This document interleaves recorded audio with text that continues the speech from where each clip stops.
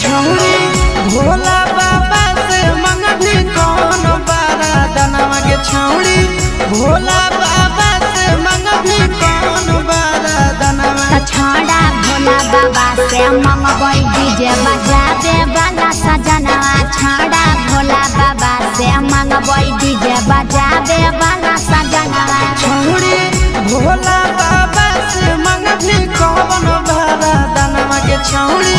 भोला बाबा से मंगभी कौन बारा दनवा छौड़ा भोला बाबा से मंगबई डीजे बजा दे वाला सजनवा छौड़ा भोला बाबा से मंगबई डीजे बजा दे वाला सजनवा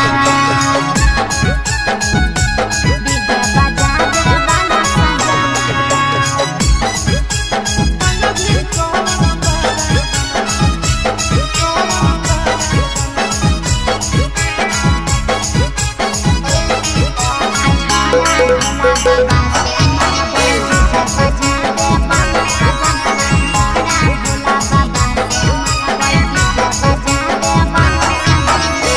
काहे ना मंगभी डॉक्टर मास्टर डराई बड़ा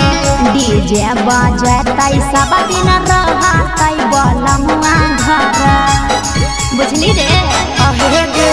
काहे ना मंगभी मास्टर डॉक्टर डराई बड़ा डीजे बजतै सब दिन रहतै सजनवा घर ये छोड़ी मने मने धारोही तो कवन धायना के छोड़ी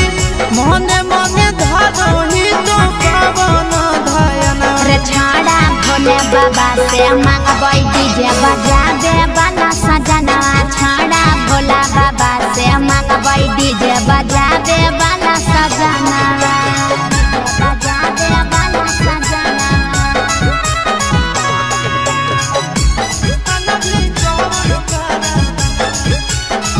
डीजे बजा दे वाला सजनवा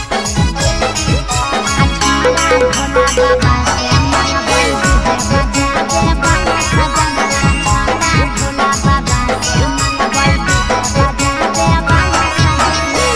काहेला जाही छौरी बाबा के भवन गे बाबा से मंगबई हेंडा सामा सजना रे के बुझली काहेला जाही छौरी बाबा के भवन गे बाबा से मंगबई हेंडा सामा सजना रे कि काहे पहाड़ों नहीं पसंद आशीष चिंटू नंदनवा काहे पहाड़ों नहीं पसंद आशीष चिंटू नंदनवा छौड़ा भोले बाबा से मंगबई डीजे बजा दे वाला सजनवा छौड़ा भोला बाबा से मंगबई डीजे बजा दे वाला